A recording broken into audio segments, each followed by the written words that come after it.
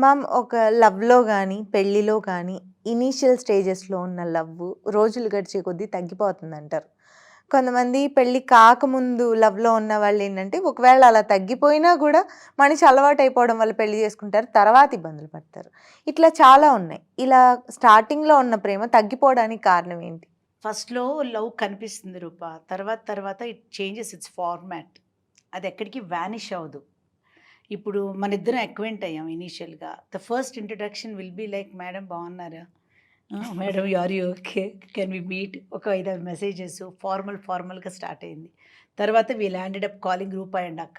Like now you have so much of comfort with each other. We bully each other. Yes. So, అక్కడ నీకు ప్రేమ పెరిగినట్టుందా? తగ్గినట్టుందా? పెరిగిపోయింది. పెరిగిపోయింది. Right? Same way any relationship, take it a marriage, take it any relationship, friendship కానీ anything. ఇనీషియల్‌గా వి express with each other. తర్వాత you take other person for granted. ఆ గ్రాంటెడ్‌గా తీసుకున్నప్పుడు ఏమవుతుందంటే, you involve the other person into your life. Involving a person into your life అంటే responsibilities పెరిగినప్పుడు, bond పెరిగినప్పుడు, stress levels కూడా you involve the other person.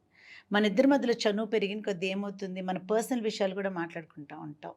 దానివల్ల నీ ప్రాబ్లమ్ నా ప్రాబ్లమ్‌లా ఫీల్ అయిపోతా ఉంటారు. నువ్వు కష్టం చెప్తూ ఉంటే నా కళ్ళం నీళ్ళు వస్తా ఉండొచ్చు. When I'm feeling stressed and when I'm telling something I can see on your face you are also feeling equally stressed అని. Same way goes with marriage కదా రూప. బాండ్ స్ట్రాంగ్ అవుతున్న కొద్దీ you don't get to see that love. ఆ love ఎప్పుడుకి అది strong అయిపోయింది. ఇనీషియల్‌గా ఉన్నదే ఫ్రెజైల్ లవ్ అది. Okay. But later on when it becomes and it builds, it becomes a bond, it becomes strong. So, అది కనిపించదే తప్పించి you became part of everything ఇప్పుడు.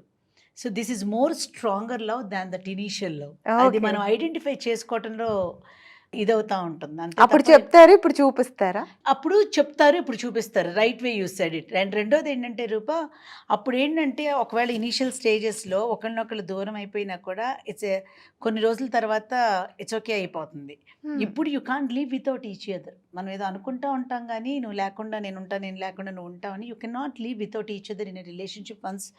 ఫ్రెండ్‌షిప్ అయినా ఒకసారి బాండ్ పెరిగి ఎక్కువ రోజులు అయిపోయినప్పుడు యూ మర్చిపోవడం అంత కెనాట్ తేలిక కాదు. It becomes like a wound అనమాట. హ్మ్. సో, లవ్ ఎక్కడికి పోదు. లవ్ చాలా స్ట్రాంగ్ అయిపోతుంది. కాకపోతే మనం పెరుగుతున్న కొద్దీ, మన బాధ్యతలు పెరుగుతున్న కొద్దీ, మన స్ట్రెస్ లెవెల్స్ పెరుగుతున్న కొద్దీ, రెస్పాన్సిబిలిటీస్ పెరుగుతున్న కొద్దీ, you cannot keep expressing it. But which is very important to express కానీ పెరుగు ఏదో ఒక వేలో అయితే కన్వే అవుతూనే ఉంటది. ఇనీషియల్‌గా చూడు రూపా, ఇద్దరమే ఉన్నప్పుడు ఇంకొక ప్రపంచం ఉండదు. ఇంకొక లోకం ఉండదు. ఇంకొక రెస్పాన్సిబిలిటీ లేదు.